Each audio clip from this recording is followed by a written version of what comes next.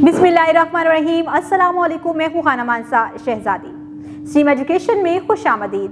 प्यारे बच्चों, हम उर्दू की किताब अल्फाज और जुमले स्टेप सी पढ़ रहे हैं और आज हम जानेंगे कि हम अपना तारुफ कैसे करवा सकते हैं। हाँ, हम अपने आप को कैसे किसी के सामने अपना तारुफ करवाएंगे, उसको पढ़ा कैसे जाता है, लिखा कैसे जाता है, ये सब कुछ आज हम सीखेंगे। तो क्या आप लोग तैयार हो? चलिए आए चलते हैं अपने सबक की तरफ। मेरा तारुफ। मेरा तारुफ। आए पढ़ना सीखें। मेरा नाम रिदा है।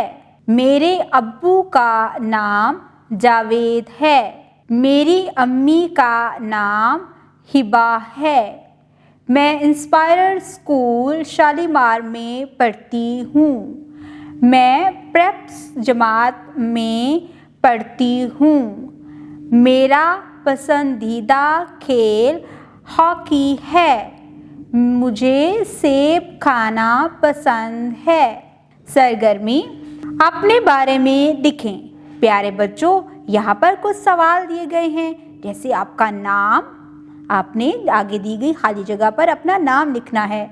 आपके अब्बू का नाम, आपने यहाँ पर अपने अब्बू का नाम लिखना है। आपकी अम्मी का नाम, यहाँ पर आप अपनी अम्मी का नाम लिखेंगे। आपके स्कूल का नाम, यहाँ पर आप अपने स्कूल का नाम लिखेंगे।